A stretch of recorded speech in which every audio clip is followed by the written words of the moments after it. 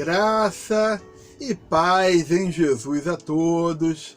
Estamos aqui em nossa quinta parte de nossa primeira aula de heresiologia. Nós estamos aqui abordando assuntos e conteúdos referente a ICAR, Igreja Católica Apostólica Romana, analisando os contextos de interpretação e doutrina dentro da matéria de heresiologia, que trata de seitas e heresias, ok? E continuando dentro desse assunto, nós temos aqui o seguinte: vamos estar falando sobre a Virgem Maria. A Maria, mãe de Jesus, eu já citei em vídeos anteriores, foi uma mulher de Deus, uma heroína da fé, escolhida pelo Senhor, entendeu? Uma pessoa digna de honra e que, em certo momento, entrou o paganismo dentro de uma igreja primitiva, que era a igreja de Roma, e com isso vieram costumes e cultos pagãos, os quais foi jogado nesse contexto o culto a Maria, ok? Um contexto totalmente pagão. Ela, na história bíblica, uma grande mulher de Deus, escolhida pelo Senhor. Vamos lá? A Virgem Maria, a teologia mariana, que é uma teologia que faz parte da teologia católico-romana, ela ensina o seguinte sobre Maria, a teologia mariana. Fala que ela foi concebida sem pecado, isso aí é para Icar, na teologia mariana. Sempre virgem, depois que teve Jesus, sempre virgem, e diz que ela é medianeira e intercessora. Medianeira e intercessora. É um contexto assim que, se você abrir a Bíblia, abrir as Escrituras, procurar como um fator doutrinário, você não vai encontrar. Uma ocasião eu fui parado por um irmão, entendeu? Da ICAR, e ele, vendo que eu estava falando da graça de Cristo, do Evangelho de Jesus, ele chegou assim meio brabo assim para mim, assim, meio bravo, e falou o seguinte: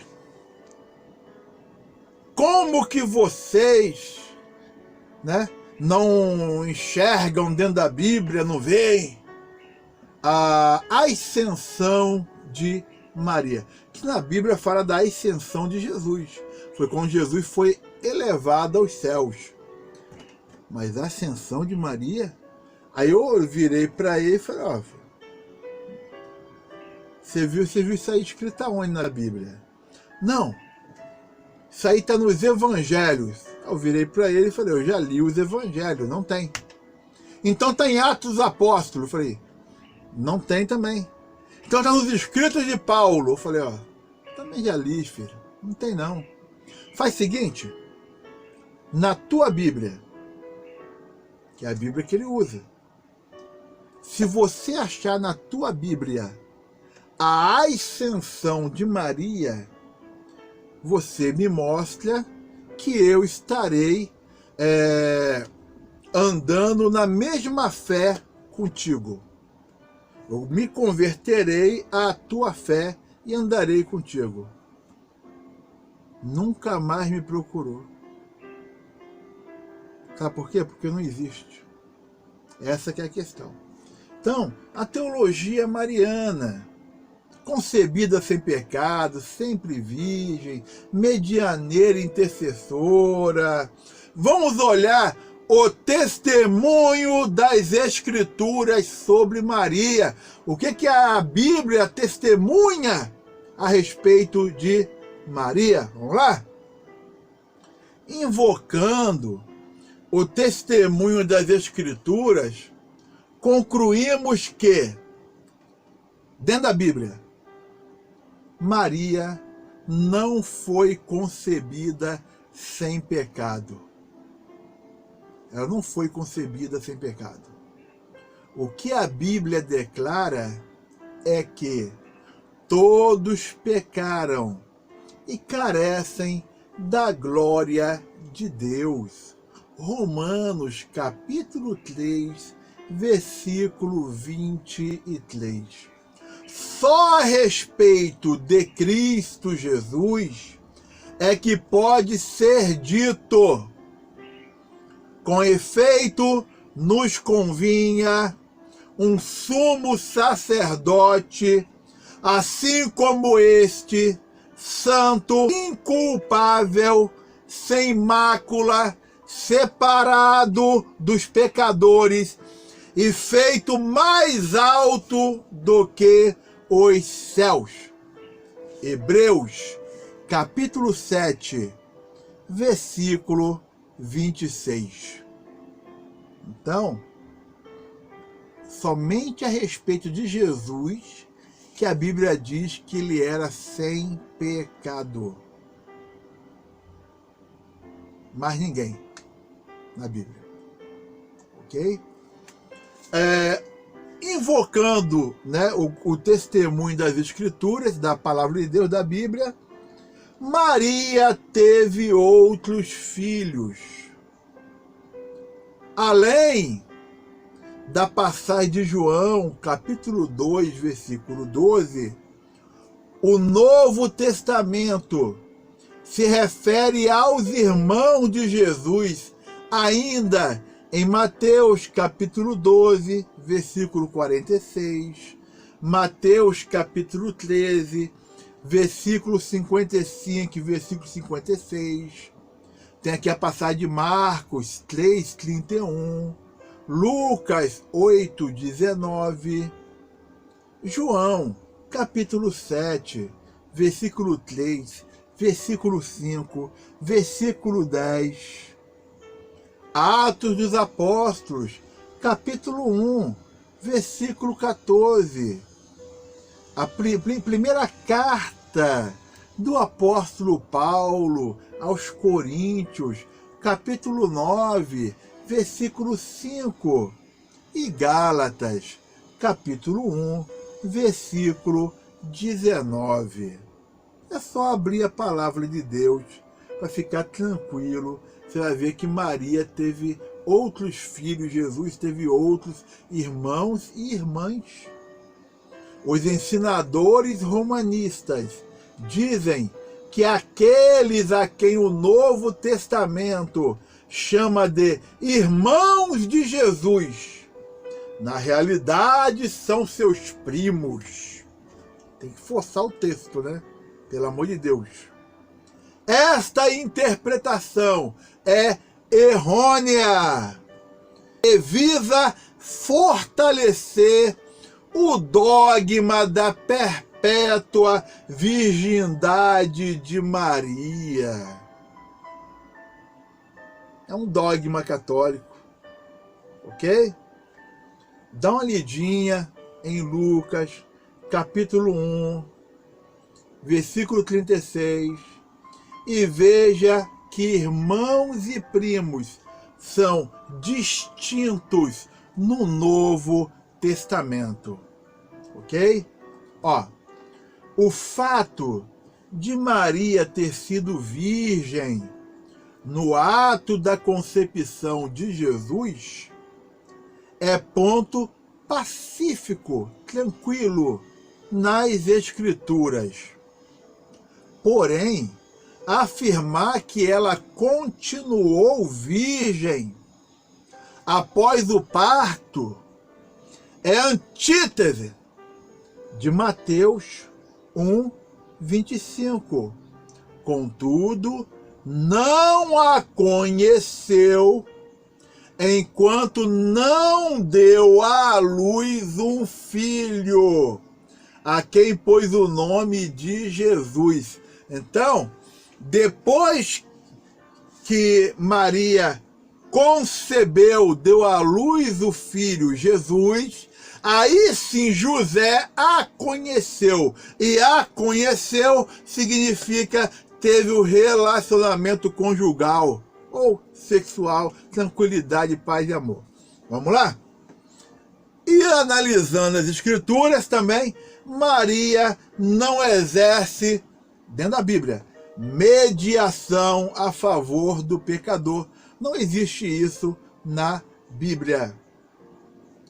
Se você quer olhar alguma coisa na Bíblia, você vai ver que ali, no primeiro milagre que Jesus fez, quando ele transformou a água em vinho ali no casamento, em Caná da Galileia, Maria, ela chega com maior tranquilidade, mulher de Deus, uma santa mulher de Deus. Ela chega para os servos e fala o seguinte: fazei tudo quanto ele vos disser. Ou seja, fazei tudo quanto Jesus mandar vocês fazer. Estão entendendo? Fazei tudo quanto ele vos disser. Tem uma passagem aqui de 1 Timóteo, fala assim: porque há um só mediador entre Deus e os homens, Cristo Jesus, homem. 1 Timóteo 2:5. Se, todavia, alguém pecar, temos um advogado junto ao Pai, Jesus Cristo, o justo. 1 João, capítulo 2, versículo 1. A Bíblia está ensinando que Jesus é o intercessor, que Jesus é o mediador, que Jesus é o advogado, ok? Mas a Bíblia em nenhum momento ensina que Maria, ela é a mediadora, a intercessora. Isso não existe nas Escrituras Sagradas, na Bíblia. Isso não existe na Palavra de Deus. Ok? Vamos lá. Outros conteúdos da ICA, de ensinamentos da ICA, né? Outros conteúdos. Além do que já foi tratado até aqui sobre os ensinamentos da ICA, Igreja Católica Apostólica Romana, podemos citar a missa com sua transubstanciação. A missa veio, esse contexto, o cerimonial, a liturgia da missa veio do paganismo. O conceito de transubstanciação veio do contexto pagão. O que é a transubstanciação? A transubstanciação, no ensinamento da teologia romana, ensina o seguinte, que a hóstia e o vinho ali, no cálice, eles se transformam literalmente no corpo e no sangue de Jesus. Portanto, se alguém deixar a hóstia cair, acabou de deixar cair um corpo de Jesus no chão. Se o padre tremer a mão lá e pingar alguma coisa ali do vinho ali da hóstia, o vinho do cálice, perdão, tá pingando ali no chão sangue de Jesus. Essa é a doutrina da transubstanciação, ok? E os livros apócrifos que foram acrescentados à Bíblia Católica. Bem, e sempre falam os romanistas, né? Não, a nossa Bíblia que é a Bíblia certa, que tem mais livros.